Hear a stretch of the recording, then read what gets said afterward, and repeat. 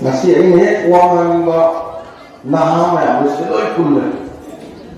Tapi bapak tadi maya kaki atau gumba, hanu gumba, apa gumba, sahih gumba. Ikan kanan rodo maya hai tunggi manipu sama kedua tunggi manipu di asa tunggi manipu di mangla di kubah manunggal itu pakai sahabat yang tinggi besar si munu ada ani sudah besar ani sendiri juga asa bu karena tercari. Thank you very much pak. Ahal pada ayat yang luar itu info paling ketemu dalam kerana saya nak tahu ini lain juga yang gong ada di pergi ternyata pergi site yang dekat dengan kumpulan itu betul. Saya hari ini ada 40 days di mana ada 10 days itu orang yang tahu suruh bernahan sejarah ini. Aku nahan sejarah apa itu? Ada ini sudah mu saya terus kita sudah Kalian menahan sihir. Ada ini topan boleh buat tu bunyinya. Milo double dan mungkin lantung tenda lancat di bawah ini disimpan mana. Dua salah kelapa. Ada tu yang awal yang kemarin ada. Bidang dan bidang kita ketemu di menahan sihir. Ada ini mu apa ini lining walaupun tenda. Hindu lining walaupun tenda. Ini dalam lagi mana cakap. Nak ada Hindu lining si orang apa? Ningthong the pressure di mana ningthong namu Hindu lain ni dapat neighbor tampil kita apa kita yang si juga macam cinta dua penulis tidak jauh. Ada kini ada betul saya pun justru mulai kerja lagi nanti di dalam dari nama sudah. Ada kini ada letak dupilan orang, mapalan orang. Ada kongkai di langoiro, karunan di langoiro, irapati hoiro, dibilang awal bani suhoiro, setiap movement hoiro, marjani usuhoiro, apa di nas se kodi mawada, ne kamar yang awal le herta. 1980s di waktu itu aku lalu kopi iram le macam kita, siapa yang fighting target tu yang nas ni, hat main dari pokok kami dia orang yang apa kalau kita bersama yang Manipur itu hak video harus dilete hak video itu kami tak kaya mana bukan mana kemudian atau si itu mengapa sangat itu mengapa kami video kami ni kita orang kita yang dua kaya masih hak video koi apabila dia hak videos in the particular state in the world that is a Manipur. Manipur di lokasi tak kaitkan dengan itu. Semua nama sisi wah itu nak bersila nasi di 2021. 2021 di nama yang sila nasi siapa kalau berarti harus berapa yang lalu ada kena bersila. Sila mana kamu bawa nasi siapa Noi parang ini AIR type Artificial Intelligence Revolution. Hari ini robot nak thoi ba. Doctor kami, engineer kami, amo AI doctor, AI engineer, AI do Artificial Intelligence koi thua type Saya hari COVID-19 dah lain besu, tidak bisa besu, awareness to besu, sanitize to besu. Loitongbam robot nak terletak. Aduh hari robot itu mana? Jod ke ubud urang sintetik aksang ismaya kucu kumen kami kesam menjawab ni. So itulah robot istiadat koi berjawab ni. Kalau eksat pada kita tinggal dekat rumah ada robot ni sih. Aduh this is happening now.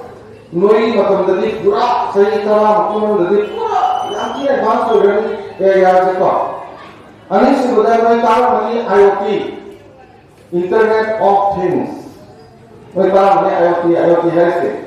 Ada IoT kata ni smartphone, smart car, smart room, smart hospital, smart city, smart room gaya. Sini IoT is Internet of Things have Japan is kind of way. Nang hotel sarna ni boleh right? Smart hotel betul. Nang development kami nak development 7. Nang kami mengambil mobile order start from Korea. Korea server kawan. Orang nang tak payah cakap gitu momen besar pagan. Korea orang kan selagi kami tak payah tahu kan besar bukan hari. Adu nang GPay gila payment PUB app number. Adu mereka top mau besar kalau ni mau. Ada smart room dah se. Si IoT ni apa? Ai lawan kong ham ni kita dah tahu. Ai sekarang ni main ham. Ai cakap kena kau ni baru saya ni kalau ni. Saya ni kali. Yang mulai sekarang ni terjauh kan adu tu smart room dah se. Car tu smart car. Seni dia orang automatik dia tahu tu. Kamu ini melakukan kerja masih macam ni IoT itu. IoT ini tidak medik apa hospital sini ada ini yang orang industri sini internet itu gunakan mesin ni ada power ini. Power sebab nama sahaja mesin nama sahaja juga last product apa tu semua power ini mesin ni ada. Through internet lah. Adu ni Internet of Things kaya. Kalau smart city, hari ini orang city dah boleh kami. Oh, kami. Jadi, masalah IoT pun nak tu yang berbeza. Apa nak? Hopefully, this is the era of digital literacy and data colonialism varies. Digital literacy nasi dia pun cybercrime hai se. Sila tu ni kau. Digital crime hai se.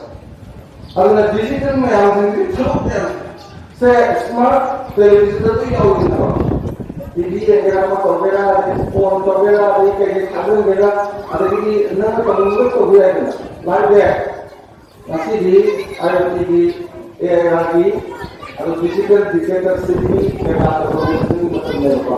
फिर नहाना और इबनोई live पार का, आई किसने मत चला बा Tentang mau kisah macam lari siapa separuhnya macam jawab semoga atau anam dari merugi. So sini ini change so we have to change our mindset towards such a very revolution of all these wonderful things. Sini change so we have. Sini change itu our mindset change so we apa yang harus dicari orang mungkin semua orang siapa anak harus dicari ada. Saya kata dengan mana nang kata dengan phone je bah. Maksudnya artificial intelligence dokter itu robot itu start langsung ada. Pasien rumah ada salam mereka ada. Loh dia orang yang mereka. Dia sampai sampai dia, saya ni mana. Kalau cara kita awak dia pekan dia. Tercuma di dalam mana ada. Aku nak lakukan kerja yang sesuai dengan zaman ini mana ya? Mui IoT awal mui kumukong hal itu. Kau orang kumusin dengan pendar hamda, kau orang kumusin di bodoh ini. Mana apa mui sini kalau diabetes nara sugar pasti menjauhi, tin menjauhi. Ada yang sakau jadi tu mereka menjauhi. Tidak orang IoT bah. Aku nak sini Iran tidak, sini macam tidak. Hari ini cuma waktu di namanya. Kalau malam di lain itu dua lagi sini rusuk kita highly advanced sebelum macam tidak. Ini anak kemarin sembunyi satu orang itu sana suka juga tergeser masih kembang yang macam tak apa. Aku ini orang yang yang tahu. Please listen very carefully pak. Nomada aku itu support my own today. We come across a lot of things in our environment. Aku itu support my own today. Togo, waktu ni, ada report dari mana today. Aku ini yang sini lagi masalah itu informasi itu yang orang itu. All this information there masih ada ikut accumulate order thumb development knowledge guys. High television to learn the mobile student pen aduna aina padari life skill phangdoi information dunagana garin aduna life phaba anang life phaba haje life phang a padari anang dule khoi khaina life phaba hojiki life tani he ka ma nusi sida pai le mobile ri ko pe ai television da ki ai to apps me among ri ko pe ai adu ko dura life pa padari anang budu chu la me Pokoknya mungkin apa? Agar aku ini knowledge apa? Makanya information yang aku knowledge itu nanti kok terpaksa dalam fungsi dari knowledge program itu apa yang knowledge है? Sini knowledge ini macam ni na. Ayat kayu mudahkan ayat kata mana tunas sangat kebungan macam masih ada intelligence hai kok. Agar ayat ini kok yang ada knowledge ini macam ni na. Kayu mudahkan mana? Kalau kemarin berbagai, kalau maklumnya berbagai, aduh, pilihan berbagai, where, how, where, which, ini hal ini. Biasanya asli halaga, tanah kapal pemilu dan punya wisdom mas. Knowledge, knowledge itu ini adalah informasi yang intelligence, wisdom. Sini isada lahirnya. Tahu pangan tu yang pakai saya harus. Mana orang pakai suka? Saya aina lokal ini melihat barat kambing apa. Ada hoji suai koran thang. Ada apa? Hobi kerja ada turun leba. Ada ini lagi wisdom tu kaya cara kena nangis. Lagu tu kadang strawberry thadi ba. Aduga nyantak kamu mapal plastik ke depan harga masing mulut cakong boleh itu lagi ni juga kaki masa pelaga apa itu lagi ekstra kan partak pada orang yang pelaga pakai masa dan cara bahasa bahasa ni ahe nongdel paling sintara ni loh ini anggur ni mulut harga cakong itu keji lo kegedu ni aduga kerana orang plastik apa ni pasal jauh, nongol paling semua orang asing dulu lagi, aduh susah untuk lagi macam. Apa dia lumayan lalu bukan makuk searah ni hanya. Tidak tinggi, pokok berharap ni. Mati ni, tidak tinggi sampai sini, busnya seni tempat. Masa kecil kita berbuat untuk tidak tinggi office pion lagi. Asal dengan luar loy, nak main kau cakap sahaja pasang sahaja lebih kalau makuk saya. Tapi mana lagi yang si pada, pada tolonglah tolong dari kalau terking besar, sama terlepas ada. No, mana ni kita tolong terpilih nuaikan, kalau piu itu sepanjang same besar, asing dengan dia. Hujung same dengan dia, terpilih. Hojiki strawberry thảo là gua mi ta làm thấu còn với ai tất cả làm thấu phi cái nào sai cái câu sẽ ăn thì thấu phi lên sáu rồi thấu phi cái nào chỉ nên cho bạn chứ check cái gì sao đấy aku ingat thấu pio nhưng mà lâu sau đó tôi sih làm cái gì là gì xí cái này lại lúc thằng là cái tôi làm mang dùng rồi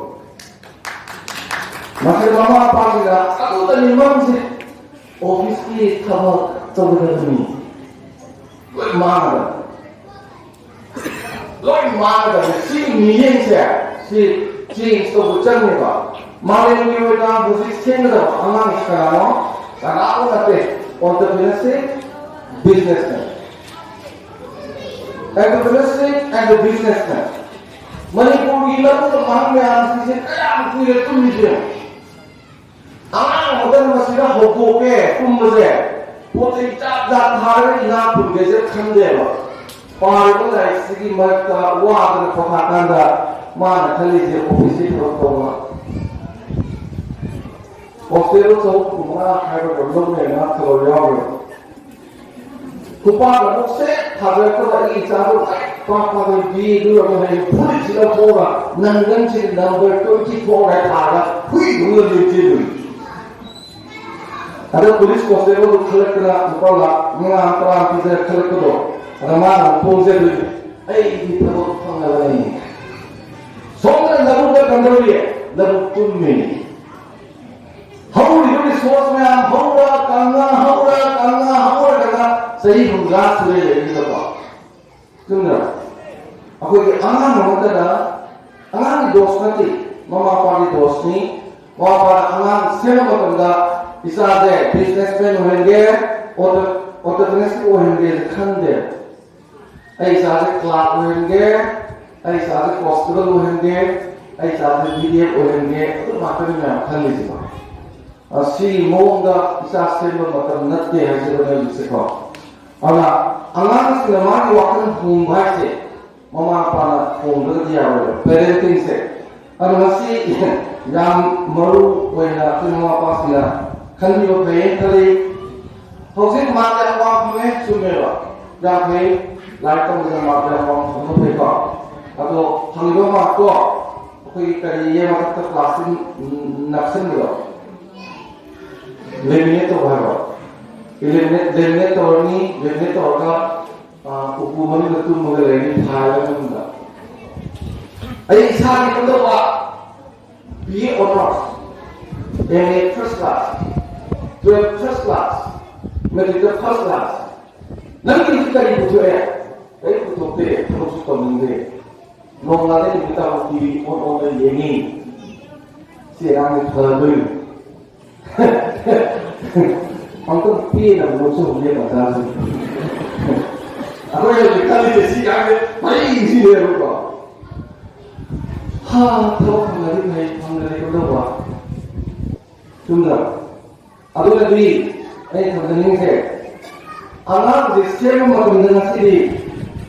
Lain semua pakai juga. Aduh anak sih, anak ini COVID-19 juga ini hajar ni mana? Ayi isyarat kita hidup dari mana? Thok terdapat sahih mereka tu lagi ni. Anak mungkin masalah intelligence, IQ, intelligence question deh. Makan ni pun lagi mana ni apa? Sebuah yang menang dalam hayat yang suba मुझे आई गुरुम जब बदले काफी सिंह को अल्लाह इसे no मैं जब palm सीजो IQ में अदेनी जब इसे पाम इसे नो मैं पाम मुझे आईक्यू में लाइफ को पाम आईक्यू में मसाल से स्पोर्ट होगा सारे तो वो मसाल से अभी जो मार्क्स सारा भी को जाओगे स्पोर्ट इंटेलिजेंस जाओगे तो अदेनी अपनी से मीगा वा नांगल बखोना वा दा यामला लीडरशिप रोल वा थलाम रो माने सागाय माने ये ता कुबा अहन को सागा जो मातो खले माने ता को मोहा लिया तो बगले ने राजनीति वाला है बगले में से लीडरशिप मुझे इतना पर्सनल की स्किल लेगा अथवा environmental intelligence ने सामा या मुतोबा हुई जैसे पूरे मुतोबा ओपा है तो मुतोबा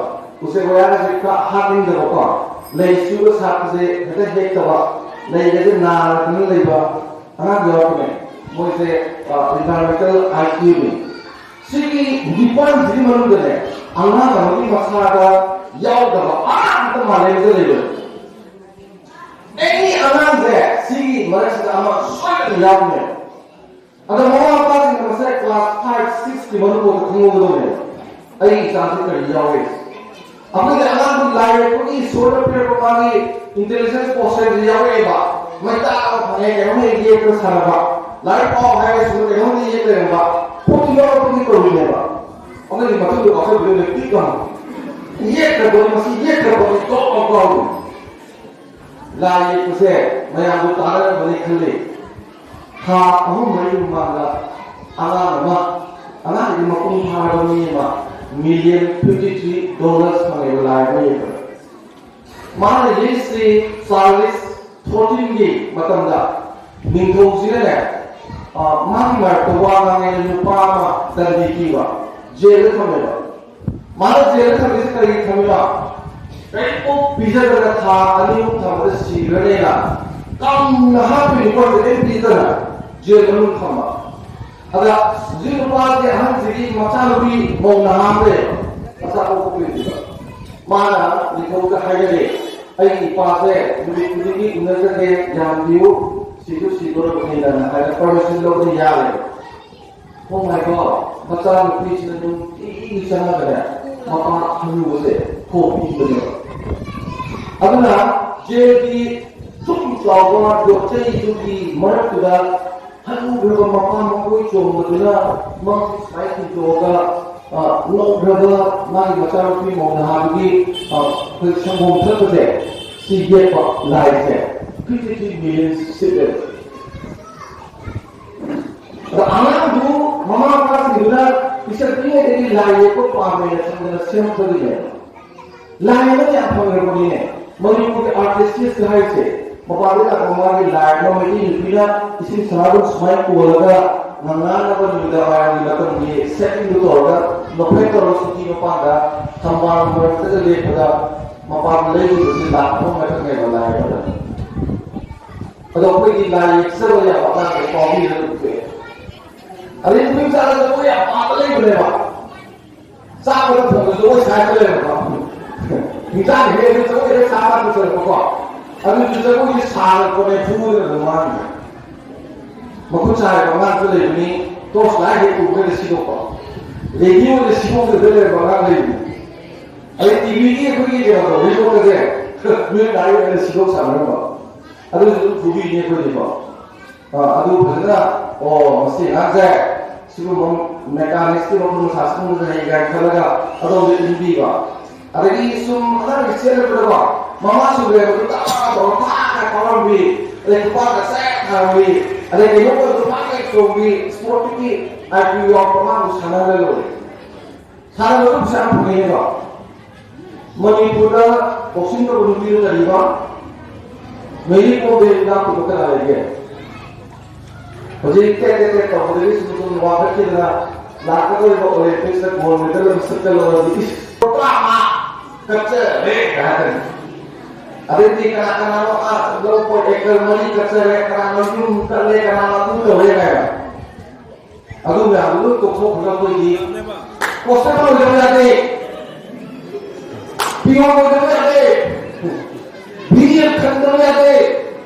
Opini tu kau berada ni sini. Tu je. Si waktu tu je, kalau sekarang. Aduh Ada ini legislative limited resource sida amal sida kali tauhid ada kes saya belum ada yang ramai saja apa mungkin siapa mainan luhung pada mundur jauh di luhung pada beda mundur tahun itu luhung pada mundur jauh di luhung pada beda mundur tahun itu siapa cerita bahkan masalah mundur papisa lu harga masih melau lay pare kundo lega dengan kundo kamu mungkin lega dengan lomo atau tukar lega bahasa ni sendiri orang di bawah kundo pare kundo polisi mui ni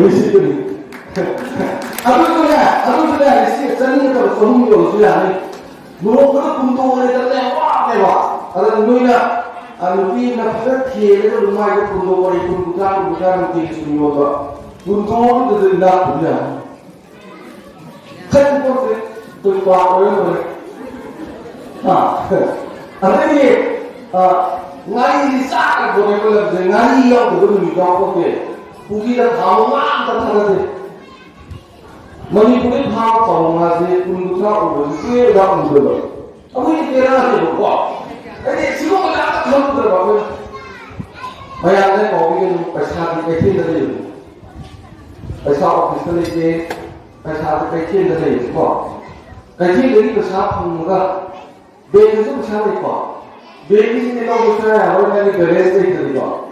Kerja itu juga besar itu kau pot tahu, pot tukar ikut. Pot itu betul saja. Isu ada family Manipur, orang pertama yang hidup pot betul akan menjadi lagi. Pot paling betul kan, ini mana ini? Zaman itu macam itu. Covid pun kita kaya ni, pas umur ni. Masih ada ini tu sama dia. Ada usul itu, usul saya usul boleh sangat ya. Karena semua dalam sama, sangat mana dalam sama. Aduh, aku yang nak sekarang lalu sudah, apa nama yang tu harga, post storage dah 자랑 모이 가고 배우다 하는 날들 그거 죽이냐 보통이 알아보고 가리는데 싹 가고니 아베 하는 배사들 싹다 티내보다 손다 합법 잔들보다 손다 합법가 후이 그모까지 그러는 거 상황이야 약민 것도 제가 하세요 나도 마마 받을 레이버 시부니 앞에다 비주얼이 배사 힘들고 아까 너무 나쁘게 office की प्रसाद तो पीने की जाफर अब्दुल करता आई ने प्रसाद P लिया है सब P लिया है अब्दुल की प्रसाद न तबका अनाम सिमिये गमा थमन भी है ना तुम्हारा थमजर नहीं है जैसे कमाल में पांच सौ बिया हुआ है अनाम जिला में मिस्टेक हो रहा है चुमेबा आई है जैसे कि अनाम लोई ना होते बिया हुआ है बोलते हो अनाम लोई ना बिजनेस को है बोलते हो yang sakit itu orang dari orang itu, saya pada orang itu orang itu, aku ni masih AI orang, IoT orang, digital dictators orang, aku kata tak orang itu orang, aku buat dunia ada illa orang buat tu masih tu orang itu saya, kaji, aku, hari orang saya, orang listing, orang di mana orang kita jauh ni, orang jauh ni, ayat tu besar tu dia pergi but anak dising kah di dalam anak jadi yang tu ni. Aduh jangan yang tu kayak jauh kau ni makan tu. Dan dia tu ini, ada ini, anak tu mana? Aduh mulut topi dekat masalah kali jauh, mani kopi kali jauh ini dekat anak siapa yang tu kaya. Aduh dari ini makan tu, lagi pun dia tak ada video. Mari dari itu school sana video, dari video, aduh macam lagi kan mesti, siapa tahu ni, macam lagi kan video kan mesti secondary video.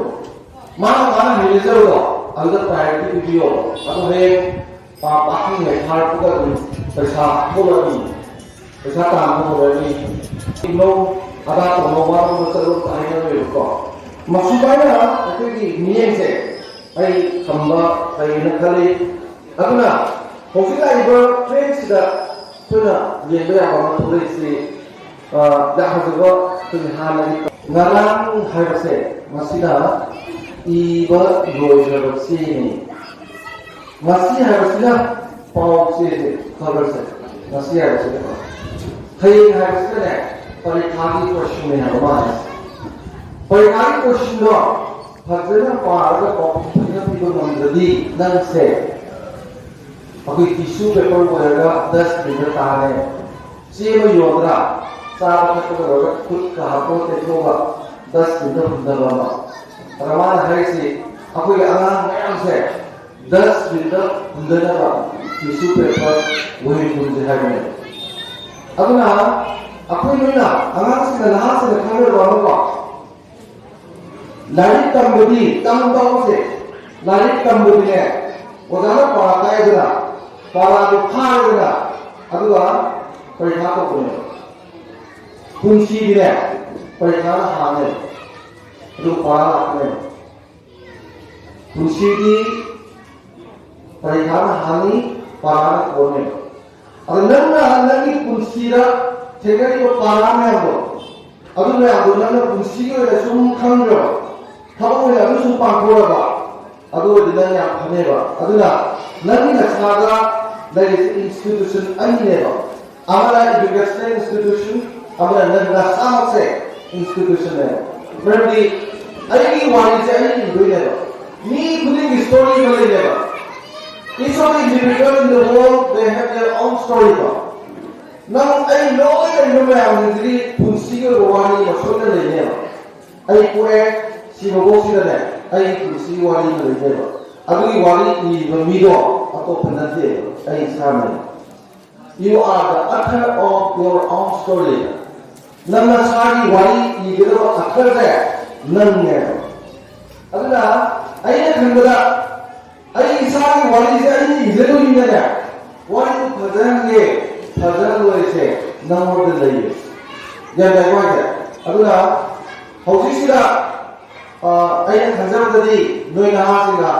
Masih pakai ni sahaja, para orang yang jadi main power tu yang begini, asal yang kalau begini, ini si yang sahaja ni jadi orang begini, lai su dum pau ko lai pa thaba dum su ji thaba suna dum saksi angang class 6 7 ne wadi thaba dum su biro angang di pa ko angang beri sini yu angang pa ko su ya phai ko pa ko sire thaba si to lai su pa ba lai thaba su no na ra saling ga se ai thaba pai thale ado lai pa ma da ai su ye jo da ko apne angang sing da to ki Orang pada dos ni, orang orang ni dos ni tu.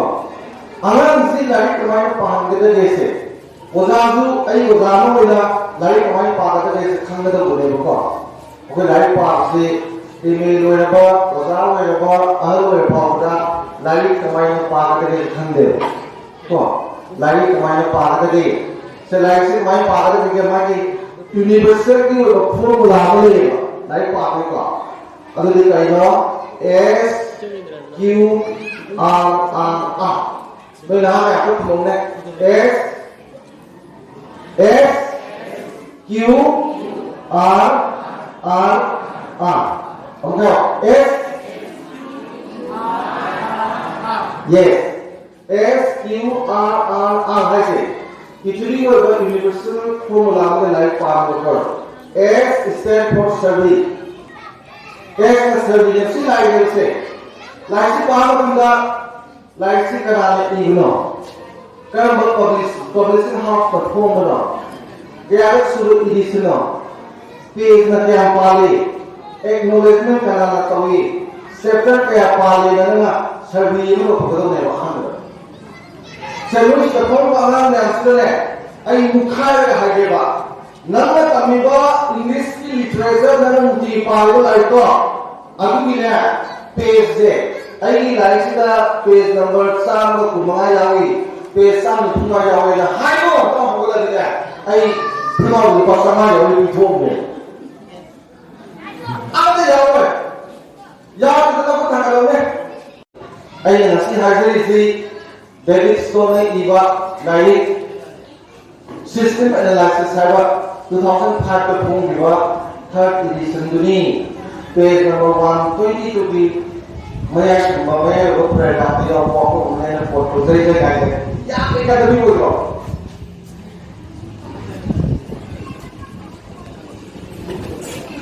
Abna S stand for Kariban S stand for सर्दी mutton की जो करी Q दुबी चार और आने के Q stand for questioning 100 अगर like part से 100 को पानो और क्यू stand for questioning का से बिना बजा वो सो की सेम है सर वो सो की सेम को ज़्यादा को ऐसे पान क्लास 8 तक होगा क्लास 8 तक होगा कितना होगा Okay, okay. Last day 11, 12 का was 40 zone किसकी सेटिंग में आया हुआ है?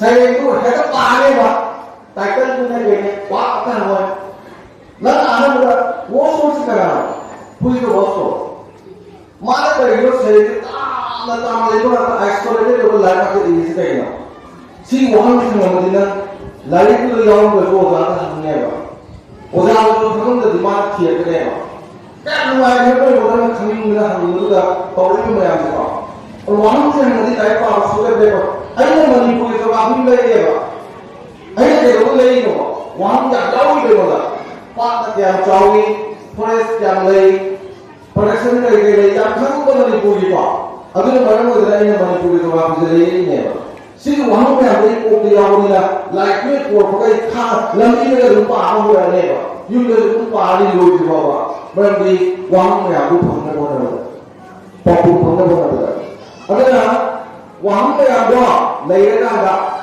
पावर देनी हो तो पानी नहीं है अगर ये आगू में जाए छोड़ मामा तो वो तो दा केंद्र सुनने देना आइंस्टाइन ने कहा है don't stop question one will let you know one get and will let you know there is a singing society Luther society है का अगर केंद्र से सुगर लेगा ऐ वाले में हम वाले उदाहरण केंद्र से सुगर इसे करेंगे कोई ऐ एक सुनता नहीं तो नदी आपको दे देता सीरी आप जरूर लेगा रंगा ते गोटी Nobel Prize from the guitar they have studied on. As the candles in the Miyawi. Kamaya Veda, Numimana Tahakanda, Mangan, Mangan, the Navasi, Mayam, no one at Sida, particularly electric area. Matunda, Mangan, Kana, Piggy again. Kamaya Prisani, Kamai Mok, Kamim Sida, Numimani Tahaka, who told us that he is again for it. Who told me that Numite already Samudraga is in Samandra. I don't know, my other option be ever. None but a Banga, Kamai King, and little Numimana Tahaka then. And who told me that I walk to the main floor. And the I is hard. Say my Tani, not Tani, Kamatani, Matani, Populoi Tani, Punta, Saka, Puntum, to Mokan Mangan, Pyramid, Pumani Hum. Other than Pahawi, Saka, how we made that Pagaka, among the folks, however, who told me, Galabaka, Katoka. My Masado Kato made Chakakana. Aduna. Manipulari quick now, Matisava for the 8th Kanana the Panda Sabu Yam River. Jam River. Admira, one Yama Hung was there. She is very important God. Aduna, Q stand for questioning God. Matangari, R only God. R, deep reading. Reading like to fire word by word, line by line. Otherwise, Karimba, Yamakana already. God, Nanga, right part is the right brain lesson in God. Left brain lesson in God. Left brain is sour. Moon young is called to call the God. Another 6 months past, I know the Lord to one. So the sun will. Other than Alan 6 left brain lesson in the storytelling about I know the method set off. But like this, the all for Mama like by the Pani never was coming on my television or mobile everything from the sun never below. Other than Artina, this time, this is the idea. Not the Kanu member. No, it's never program. This is all things in the environment called it always associated with information. Information is not very young. I don't know accumulate knowledge only high than that. I don't know art. No, even the coming of what I say. Recycle over. Whether tomorrow, how it is longer, how many can be a type straight of Galata, he is there, who will not social and talk comes a level. How to do Hand to put from more than 100 to wonder. Brain the recycle the main and Hudson River. Although upon the art in the review. Mean a high value yard. I think Sam to Yenga. A man has the Yanni and they critically in the room. Although Luina, for a half hour, the question seems put on the base of the car. Number 1, the knowledge. Knowledge to be what, where, when, who, how, she knowledge. Understanding, compare the on to the application part. Class level 12 marks review and the application mark say local segment. For example, none of the already two moments of the combined application level. See, class 1 application after never. Application none review of the behavior. Review the similarly, Makan Gari and Mahali is like my part is Canada. Like power of Saito Kaikari, number 1, S, Adikari, Q, R, Jayaka. Hosiki Anubal, predecessors of the Haiti, like CIA, Nimori, the little book on 4 to 6 months. The thing shop, the thing that's a room, the way to say, a whole say, Pumari didn't talk to the government. At American system, the collective will discuss further. Kainamona, city, Pumsida, the way of the say, brain the quality support of the pung mari dari tau foksine ba siladanna pariba iba khol ko tolna ja 50% kana ne nungdang di 20% mo kana ne nungdang ka nang ya panu se adu mota application na karge sanan ko report sabai na ko ba adu mama manu kai khali adai lai pa na anang si edo ke su kena se akoi awang makha olen da ba awang makha oladi RT magnetic magi workse sina brain da yang ye ka da brain ni to aga pa tham du thili akoi ma sa thadoi angan ko pada wang da da kapido si web sina ne hanya da yan adu Russia agadi semain amuk tak kasi angan je ko pada brain di 10% di mana yang mana marine maternity na ising na masa sule kasi sing mo dito na ba ito akal taran di kapte ang explain ko rin siya adu na ay kansa da ngamad ni ang sing na tuman bino adu mari dito ko kung mali sila ay pa mo ro adu ay mo da tumani kita pa ro no mo da tumari munti pa di kapi adu yang sahat ni lang sa ko ako yan se yang pele de do ni Bharat की level state में आम सिंह मियां जिस मठक का अपोई अनाम से फटे अंदर तापुटा मणिपुर के लाखों स्पोर्ट्स मणिपुर में चा जब कोई इसे मणिपुर में चा साइंस टेक्नोलॉजी मणिपुर में चा नहीं तो बुलो अदु बहुत उन्हीं उबंग से थोड़ी देर का अदु यंग तुम सिटी लाइफ में वहाँ का तारे वैसे कोई तमिल होगा थाव थे का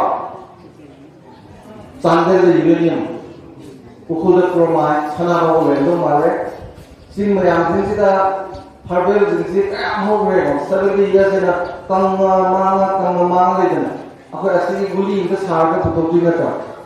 A time of Harbel Mam. Other Lamzigi, my house is this is wonderful talk.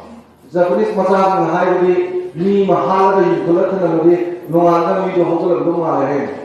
Mui la fu thar la fu pa na na da plastic ka ji ondhan da cha ba hawa musi ka man da pi da ya wa ho na da ko thai na da ko ri ko ku in da de ho da simu le ba si da ko nya man da je ai ta te khali e tham jani da man ma ba ma na ha ro na ha to da ma sai pi sa ro pa sa ro ne hai ni je mahi da padi tang le Yu jutangi mahi gitu loh, sambung jutangi, kui jutangi, ada ini cuhi jutangi mahi, itu tahu kok.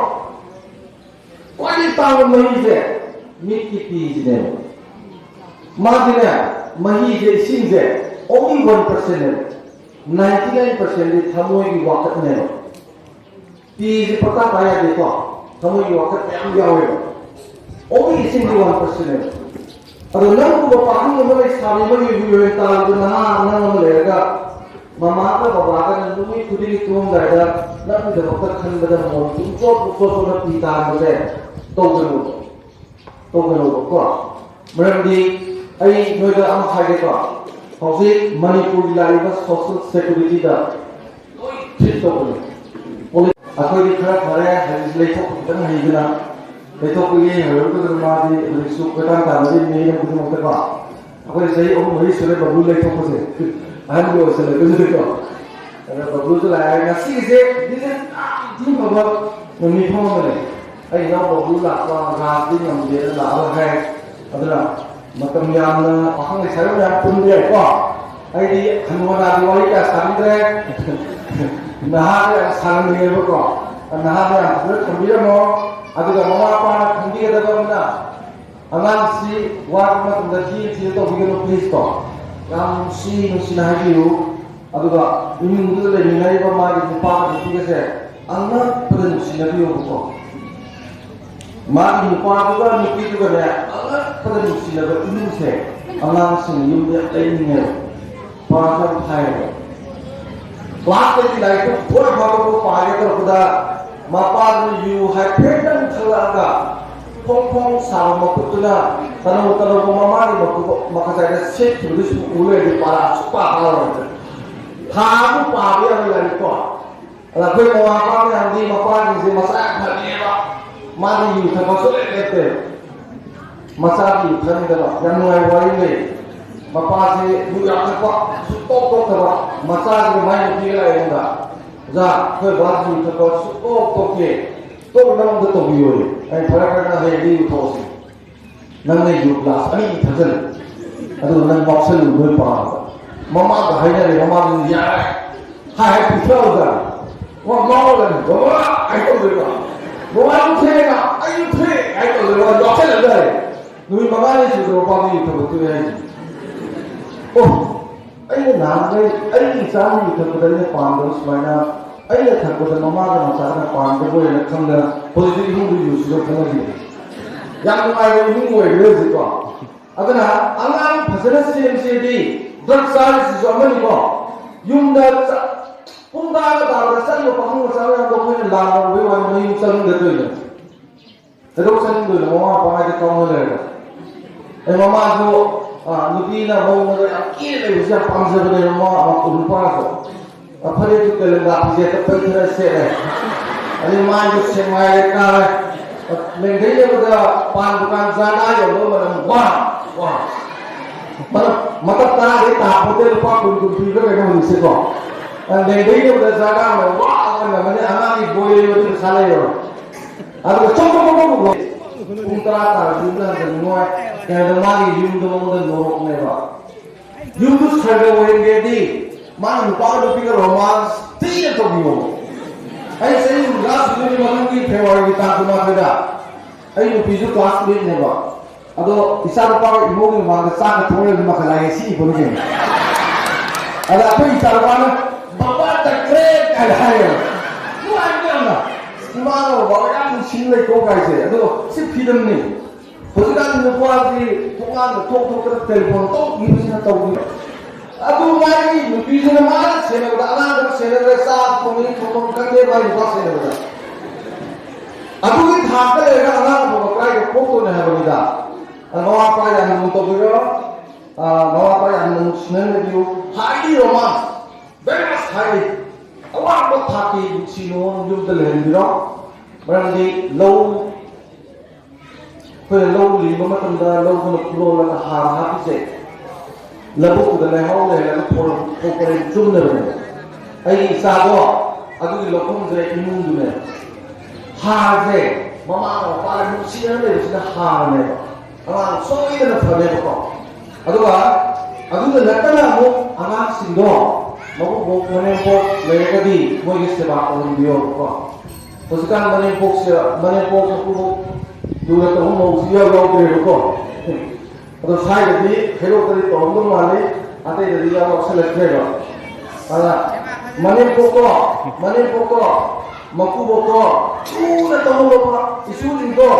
Masaka shooting is in a sound of Pure Mongo, Hoxin Lokopa, among the Riva, Saisan Takopa, Mushina Luneva, Mako, the Nambi, and a Hopa, and the Daga, 4 bombs are to Mulagane, Mako and the Mungane. Makoki, Mako, the number of farmers have been able to do the road. Number 4 car for the river. Lie, you will do. Otherwise, Mogula, and the money for 2 Mako, Mr. Vatamon said, Larry Power, always pursuit of the neighbor. Aduda, Numi Kunini, Yongo, Subi Dravakandan, Subi Dravakanda, Subi Drava, Pogopi Bopa. Adagi kangen gado upun meroba dan muda kuina podo kidro ingram muam ingram dagi ingram pecita podo kidro melo ingera ko alo reba mane podo kubotuna mitta kita kun muam uncho chola da tumi bada ai isa thabana leke kono koisino haris hairaga imam khurjari thank you very much. Ngasigi event se koi moanga oda Kami ni super yang pokok yang pilih kan, aduh, aku itu memang semuanya event yang tahu aku nama ni lah, kamu dah orang nama tu tahu ni, bukan kamu stres, tahu nama hobi, itu kamu kan, aku jadi, aku pokok sebelum kerja ada kerja dulu yang mana tahu.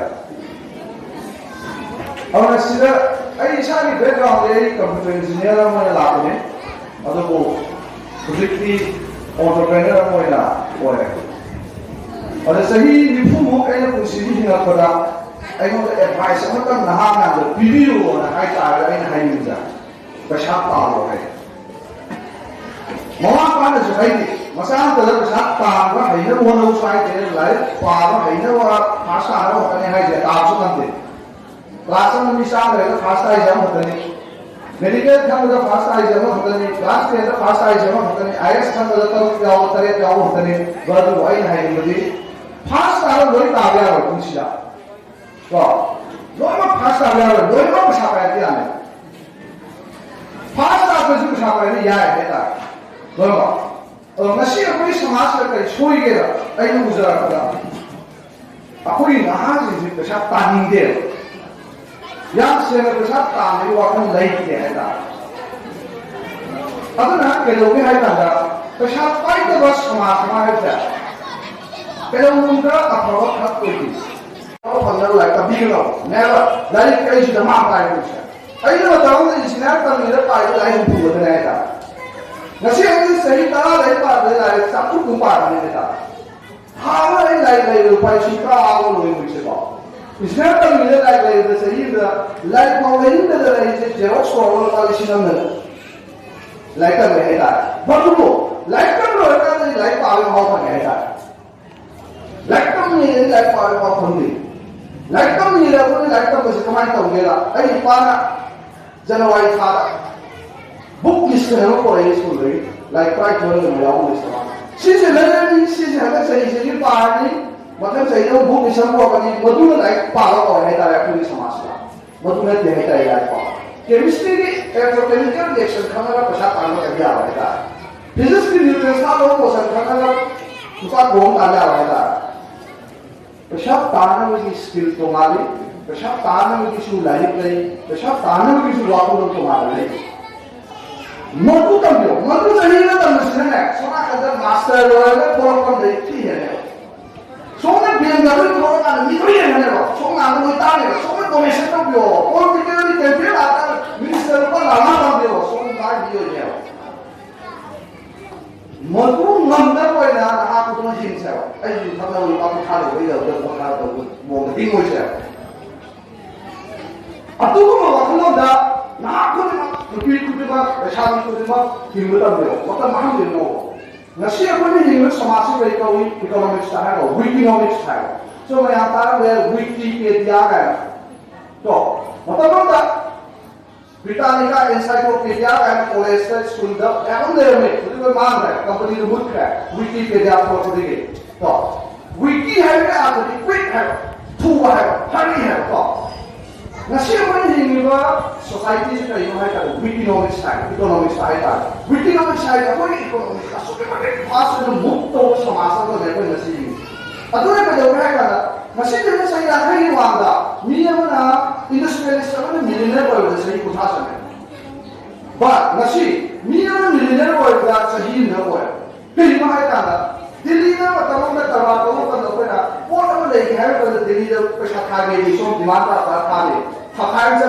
Delhi हुआ माना वो तो थकान से नहीं मिला हां से बुझते के दो है पैसा तो नशी हो रहा है नंगा नंगा नंगा को है बेटा मानी का साकरे से क्या सुन हुआ तो अब ना बुझिक सिटी पेडोगन को ना मैं अपने जिंदगी आई तार दे सही कुंठाई उठेगा शान कार लेगा जून छागा देखो मन ना हो सही कुंठाई उठेगा सही कुंठाई मतलब लगता है ना सही कुंठाई होगा आई होंगे का शान जून छागा कार पकड़ को मारेगा तीनों होगा ले मोर को सही उठा तबाई नहीं निकल होगा अब ना नहीं सही उठू सुरो इतना तो जून छागा होगा ना आशा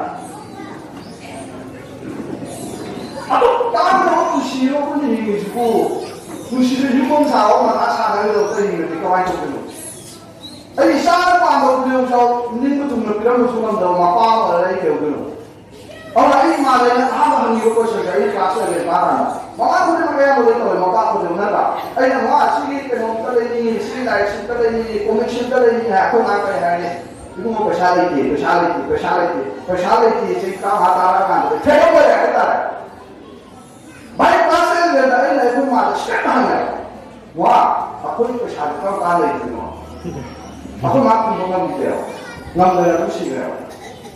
Ayo hari aku mak kerja wajib gitu, ilmu kerja wajib gitu.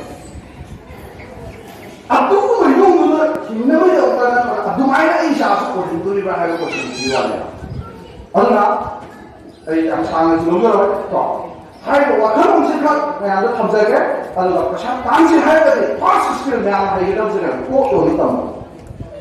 Samsara ni billion ama nilai ko India kata ni billion dollar ni billion dollar itu option kan ini pokok kayak dia bayar kayak apa seller kayak pokok kayak muda besar kayak apa ni ko pokok yang ni besar kayak pun jadi ko pokok yang ni besar kayak ko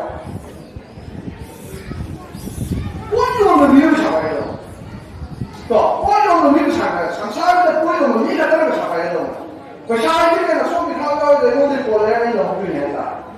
Siapa pun yang kalau dia, Manipur ada, Manipur ni tak puncak hingga mungkin tak ada. Jencang ni, pak, proyek tadi Turki tadi satu tadi, nomor apa cakap apa tu? Itu yang saya ingin saya pun juga, yang si, ni yang mana nomor apa sama di sana lagi. Ni nak puncak dengan pasangan yang nomor apa spend क्या होगा बेटा लाकुंठा into लुपा समाज लुपा क्या हो लुपा समाज लाकुंठा शिलोंगा से मुदा कोरुले शिलोंगा से मुदा कोरुकुंठा ले ममा हम पूरी का कोसा नहीं थे नूर में पूरा नहीं हुआ कोई मिलो लाकुंठा जिन्हें लुपा कोसा एक पैसे आने क्या कितने को लुपा कोसा नहीं थे जब पिछाड़ शक का ये छुई है था सीधे सोच पिछाड़ लुपा चलती थी lupa kurang hay tu ni tu ni so pikau lupa lo jangan ni sih kayu. Sini tadi sih kayu hay kalau siapa ini hay kalau sini kayu tak hau itu. Siapa itu ni sih kan hay kalau sama sekali kita begitu. So anak tu sudah bio siapa ni? So anak ni sanggung juga tu bio siapa ni? Ni bazar sana nggak boleh nggak tahu ya bio siapa ni? Risau tahu siapa ni? Loitongbam dan semua kenal ni yang ada makin bangkai siapa ni? Aku tak macam tu ni, kita unemployed kan gaul kita, sini hari tak level apa pun tak ada. Aku hari ni tanpa jiwa ni. Semua sudah pesawat dia. Hari ni kursan yang di nomor kita aku expenditure. Numitara dia ko jangan itu darah dia ko siapa ya cuma Polisi sama si kapra berjauh. Polisi darah sampai jadi polisi kau di pokok polisi ni.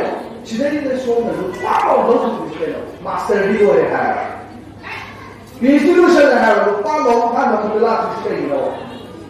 Ini temur berapa orang dia. Ini sama si dulu biar sama orang. Tapi orang di sini tu sudah biar semua dengan apa kau mengira. Eko, apa? Hari ini aku ini, orang itu saya tahu hari ini aku ini sama si education dan ada lagi. So, tapi ini lain dah, orang hari itu mana? Cari kasih konten dalam siapa mereka. Orang saya syuting tadi, nasi aku hari itu kena, foto di suara, kayaknya foto hari. Nasi mak pada orang dulu pak orang itu sama mereka. Sekarang foto, lalu sekarang saya orang mana lupa dulu orang juga salah masih ada. Ya apa tu? Saya waktu itu tahu lupa orang ada. Orang tu orang sponsor ke apa itu itu je. Masa ini nomor siapa itu itu kan lakukan dia nomor waktu juga. Orang mereka itu yang sore car sama SUV lakukan tahu. Kalau itu itu komen dia. Dia spending dia. Lain deh, kalau itu niom lain hayo, wahai sih yang macam ni. Orang hayo, waktu tu dia macam mana sih wahai macam kerja macam saya sih. Thank you. Yang cengeng apa, hayo YKD, saat ini juga, dan saat ini sendiri program sudah hayo. Banyak ke, wahai mengatakan share atau kontribusi, untuk jauh kontribusi juga mereka kembali. Pemalda, kota Dhanabir yang menungai muncul juga saat pergi ꯌꯥꯝꯅ ꯃꯃꯜ ꯌꯥꯝꯕ ꯀꯃꯥꯏꯅ ꯇꯧꯗꯅ ꯂꯥꯏꯔꯤꯛ ꯄꯥꯅꯤ ꯍꯥꯏꯕꯗꯒꯤꯅ ꯀꯃꯥꯏꯅ ꯇꯧꯗꯅ ꯏꯃꯨꯡ ꯃꯅꯨꯡꯗ ꯌꯨꯝ ꯄꯥꯟꯒꯅꯤ ꯍꯥꯏꯕ ꯐꯥꯎꯕ ꯌꯥꯝꯅ ꯀꯨꯞꯅ ꯇꯥꯛꯄꯤꯔꯦ ꯑꯩ ꯁꯥꯇ꯭ꯔꯁꯤꯡꯒꯤ ꯀꯥꯟꯅꯕ ꯀꯥꯟꯅꯗꯕꯗꯤ ꯑꯩꯉꯣꯟꯗꯗꯤ ꯐꯅꯌꯥꯝ ꯀꯥꯟꯅꯖꯍꯧꯋꯤ ꯑꯗꯒꯤ ꯑꯣꯖꯥ ꯔꯣꯁꯅꯤꯀꯨꯃꯥꯔꯅ ꯍꯧꯖꯤꯛ ꯍꯧꯖꯤꯛꯃꯛ ꯌꯥꯝꯅ ꯁꯛꯁꯦꯁꯐꯨꯜ ꯑꯣꯏꯕ ꯃꯇꯝꯗ ꯌꯥꯝ ꯆꯨꯅꯔꯕ ꯒ꯭ꯂꯣꯕꯤꯁꯀꯤ ꯑꯦꯟꯇꯔꯄ꯭ꯔꯤꯅꯣꯔ ꯑꯃ ꯑꯣꯏꯅ ꯑꯗꯨꯃꯥꯏꯅ ꯇꯧꯗꯅ ꯑꯩꯈꯣꯏ ꯁꯦꯟ ꯇꯥꯟꯗꯕ ꯌꯥꯗꯦ ꯑꯃꯗꯤ ꯁꯦꯟ ꯇꯥꯟꯕ ꯍꯥꯏꯕꯁꯤꯗ ꯑꯩꯒꯤ ꯗꯤꯒꯅꯤꯇꯤ ꯑꯃ ꯃꯤ ꯑꯃ ꯑꯣꯏꯅ ꯌꯥꯝꯅ ꯑꯩꯈꯣꯏꯒꯤ ꯆꯤꯡꯂꯦꯟꯗ ꯑꯃꯗꯤ ꯃꯄꯨꯡ ꯐꯥꯅ ꯈꯟꯖꯕꯅꯤ ꯑꯗꯨꯃꯛꯄꯨ ꯅꯨꯄꯤꯁꯤꯡꯒꯤ ꯃꯇꯥꯡꯗꯁꯨ ꯑꯩ ꯈꯤꯇꯪ ꯈꯪꯍꯟꯁꯤꯔꯥ ꯍꯥꯏꯅ ꯈꯜꯂꯤ ꯃꯔꯝꯗꯤ ngài ai gì ngoài cái là chuyện nào rồi cũng sẽ đi các thấy lúc tất không sẽ là từ đầu tôi học về quản lý sản này thấy lúc tất cả thì có khi mà mang được quản lý trong cái bài này là thế cũng sao một khi mà mang được thấy lúc là làm được dùng được hành được cũng ngang ngang này thầy phải là tất cả rồi nên chip tất cả cái này là cái vấn đề này là vậy là cái phải là mà cả là yang ngoài đấy đây yang thành đấy là sẽ làm được gì 1990s ရဲ့တော့အခွင့်အရေးမကြလေးလို့တော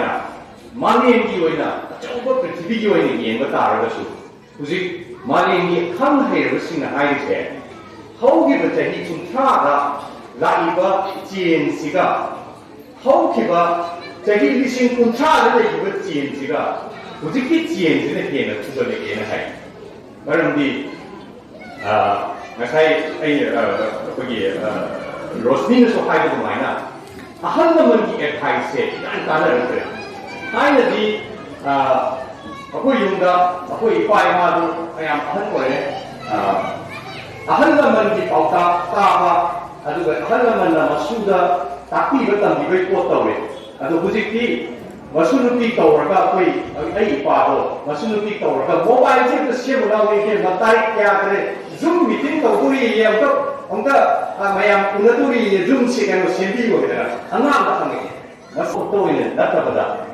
공의 거기 TV도 공의 거기 스티에서 어떻게 맞게 그래 한국기 시네마 얼마 되듯이 뭐만가 거기 만디는 떠오르나 거기 시네마 보다 미팅을 떠오르는 야오래 맞다 뭐다 시네마 뭐 내가 이거 까빠이지 프로젝터 보라고 제너레이터 보라고 마양 거기 팍가 뭐라고 부르가 짝다르네 굳이 이 시네마 얘기하래 모바일 폰 시스템 lam amada 1982 da television ahan lo lakpada mayamna yum khara